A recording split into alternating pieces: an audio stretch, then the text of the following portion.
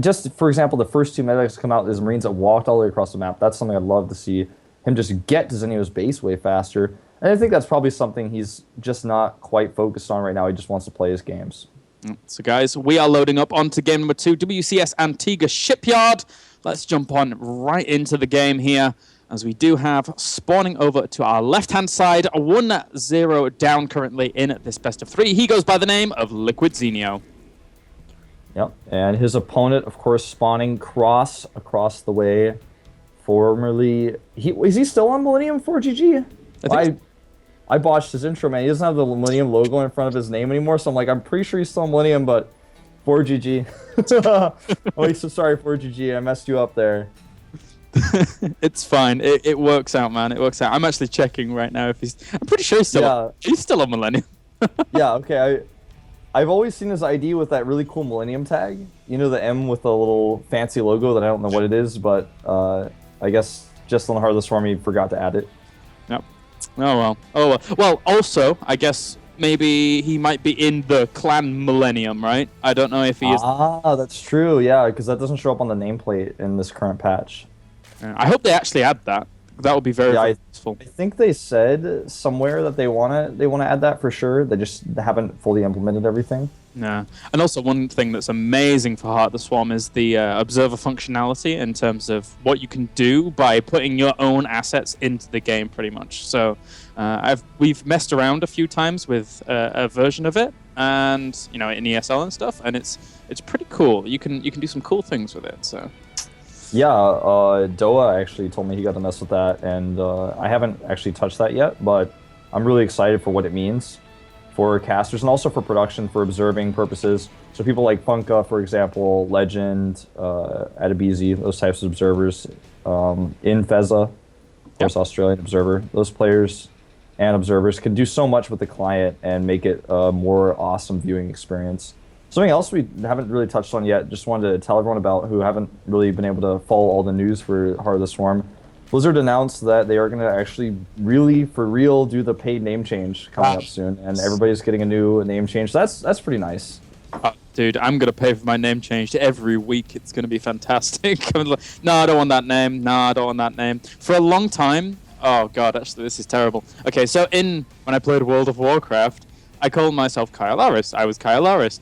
And then, all of a sudden, one day I decided I want to change. I want to be Zapdos for like a month. And Zapdos, like the Pokemon? Yeah, man, yeah. Nice, that's a cool idea. Yeah, it was pretty awesome. And then I realized, but it's not me anymore, so I had to change back.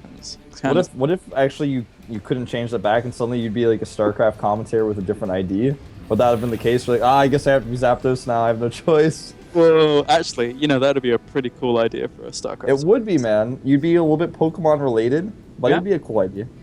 It'd work out. I think it'd work out. So, where did you get your ID, by the way? Oh god, a mixture of Greek mythology and just random words that I like kale. So yeah, there you go. Cool. Long story, but still. But that's the thing. It's like with you, your ID is technically just your name. So when Kevin changed from Cat's Pajamas to Kevin Nokke, you actually already just had this already down and done.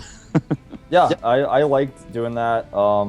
I had another ID, the Passing Shadow, and I decided not to use it anymore because it was too long, and it's also kind of a weird ID. It was one I made when I was like really young as a kid. I got it from a Lord of the Rings quote, but I was like, Wolf sounds better. I'll just use that. It's kind of a unique name.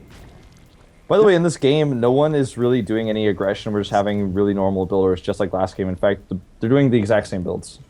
Yep, just having a little bit of a talk. And for now, we will have the starport on the way, along with the reactor as well. So I wouldn't be surprised, actually, if ForGG wanted to switch it up with the factory, go for some Hellions just to kick the aggression off. And I would love to see a Banshee follow-up so he can get the tech lab. Because actually, ForGG, with his mech style against Terran, was working in a Raven from the very, very beginning. And doing that against Zerg, I think, will be so useful here. Yeah, I'm with you on that, actually. And we talked about it last game. He didn't put a Raven in because he wanted to get his Medivacs out. But if you start with a tech lab first, and you already have the tech lab there before you go Medivacs, it really seems to make sense. Yep. And He is going to at least go for something out of that tech op. Could be Banshees, could be a Raven.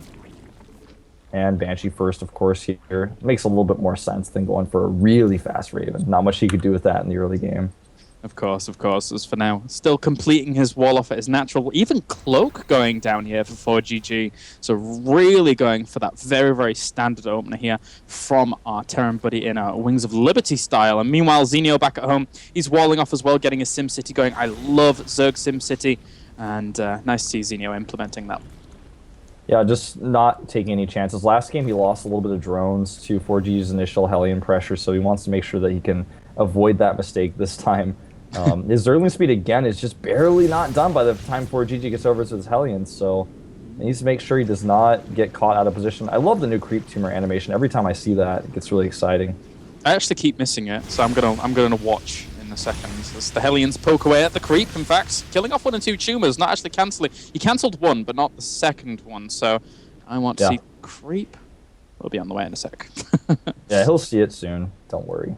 But the third base is a little bit in trouble here because Zenio only has 4 queens, and with this many Hellions and Banshees with Cloak, he could fight the queens directly and attack the hatchery if he wanted to.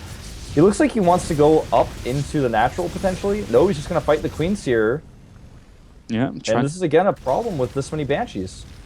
Yep, he's mixing them in, and it's very, very scary to actually deal with this straight head on. There's so many Hellions here. Actually, yeah, actually throwing 4 more barracks down behind this, getting a stim as well, so he's going to transition into bio, even adding on a 3rd Banshee as well to couple up with this. The second one is en route, actually cloaked, but it has been spotted and does go down pretty darn quickly. How was that being spotted? What was spotting it? I think it was an Overseer. Or, well, actually, no, I'm not so sure. I don't think that Overseer was ready, but this is a hyper-aggression coming out of 4GG. He's doing so much damage with just literally Hellions and Banshees. This is a style that we saw in Wings of Liberty a few months ago, like 6 months ago. It was almost the dominant strategy as Cloak, Banshees, and Hellions. And in this particular game, it just looks like Zenio might die to it. I mean, I don't see what he can do to defend at this point. There's just so many Hellions roasting up tons of drones. 22 have been killed off. More Zerglings are coming into the fray here to try and clean this up, but they can't. The Hellions are going to roast those up as well. And he threw down the Spire right in vision and range of all of this actually going on. The Zerglings are dying off. The Banshees here as well to be even more annoying. He's getting more Zerglings, but that's literally not what he wants right now. Exactly. And imagine if 4GG had made Hellbats. If he had an Armory, for example, that would have been a tragic end for Zenio, even a little bit faster, but as it stands, it looks like he's going to lose his Spire, and he may just lose this game.